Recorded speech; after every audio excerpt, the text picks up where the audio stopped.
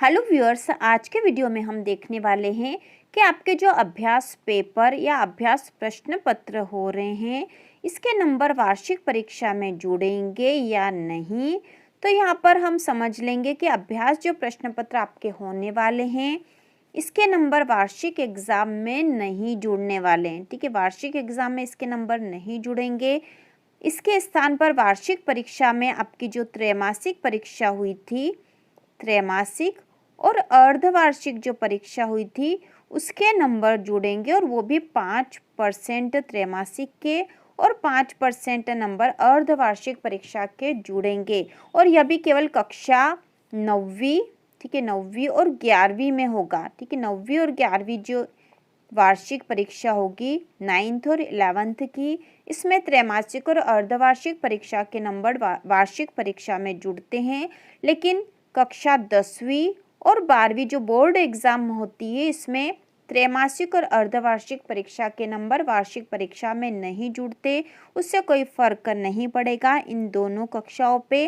और यदि 9th और 11th में भी किसी के यदि त्रैमासिक और अर्धवार्षिक में कम नंबर आए हैं, तो भी वह वार्षिक परीक्षा में आसानी से पास हो सकता है, क्योंकि त्रैमासिक और अर्धवार्षिक के केवल 5% नंबर ही जुड़ते हैं। और यदि वार्षिक परीक्षा में थोड़े अधिक अंक ले आए, पासिंग नंबर से थोड़े ज़्यादा, तो आसानी से पास हो सकते हैं। इसके साथ ही आपकी वार्षिक परीक्षा में चाहे वो 9th हो, 10th हो, 11th हो या 12th हो, उसमें प्रोजेक्ट के नंबर जुड़ेंगे। प्रोजेक्ट, आपको प्रोजेक्ट बुक के लिए प्रोजेक्ट वर्क दिया गया होगा और वह जो प्रोजेक्ट कॉपी होगी वह जमा होगी स्कूल में, और उसके आधार पर आपको प्रोजेक्ट के नंबर मिलेंगे।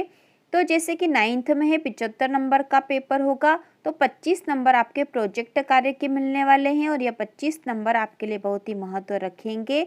लेकिन 75 नंबर के पेपर में आपको 75 नंबर में से भी पासिंग नंबर लाना बहुत ज़रूरी है।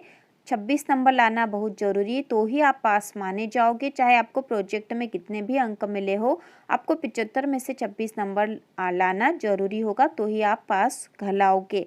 तो इस प्रकार हमने देख लिया है कि अभ्यास पेपर या जो आपका सैंपल पेपर आया है, इसके नंबर वार्षिक परीक्षा में जुड़ने वाले हैं या नहीं।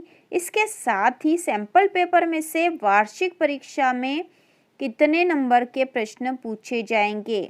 ठीक है, तो यहाँ पर यह समझ लो कि वार्षिक परीक्षा का पेपर सैंपल पेपर के बिल्कुल जैसा नहीं होगा। कुछ क्वेश्चन आ सकते हैं, लेकिन पिछले साल जो सैंपल पेपर या अभ्यास प्रश्न पत्र आए थे, उसमें बहुत ही कम प्रश्न आए थे वार्षिक परीक्षा में उसमें से। तो यह सैंपल पेपर है, यह एक उदाहरण है कि ऐसा आपको पेपर मिलेगा। इसके प्रश्न भी महत्वपूर्ण है, इम्पोर्टेंट तो है, और वार्षिक परीक्षा में आने की संभावना भी इनकी है। लेकिन ऐसा कि ऐसा पेपर आपका नहीं आएगा, इसमें से कुछ क्वेश्चन आने की संभावना है। लगभग 20% या 30% क्वेश्चन आ सकते हैं। ठीक है, आ सकते हैं, लेकिन वार्षिक परीक्षा का पेपर अलग ही आएगा। तो इस प्रकार आपने समझ लिया होगा कि आपकी वार्षिक परीक्षा में अभ्यास पेपर में से कुछ प्रश्न आ सकते हैं, लेकिन पूरा पेपर वैसा नहीं आएगा। केवल वह एक पैटर्न समझने के लिए पेपर दे रखा है, जिससे कि आपकी वार्षिक परीक्षा की पूरी तैयारी हो जाए। क्लास 9th से लेकर 12th तक में अभ्यास पेपर हैं और इसके प्रश्न महत्वपूर्ण हैं, एग्जाम में आ सकते हैं। ठीक है, एग्ज़ाम में आ सकते हैं, आपको वो भी याद कर लेना चाहिए। लेकिन आपको आपकी वार्षिक परीक्षा की तैयारी जारी रखनी चाहिए, केवल पेपर पर निर्भर नहीं रहना है। ठीक है, केवल उन सैंपल पेपर पर निर्भर मत रहो। ठीक है, केवल सैंपल पेपर पर निर्भर रहने से आपका काम नहीं चलेगा, आपको वार्षिक परीक्षा की तैयारी करनी ही पड़ेगी। तो इस प्रकार हमने वार्षिक परीक्षा की बहुत सी जानकारी आज देख ली है। तो इसी प्रकार के और वीडियो देखने के लिए कक्षा 9वीं से 12वीं की संपूर्ण तैयारी के लिए चैनल को सब्सक्राइब कीजिए।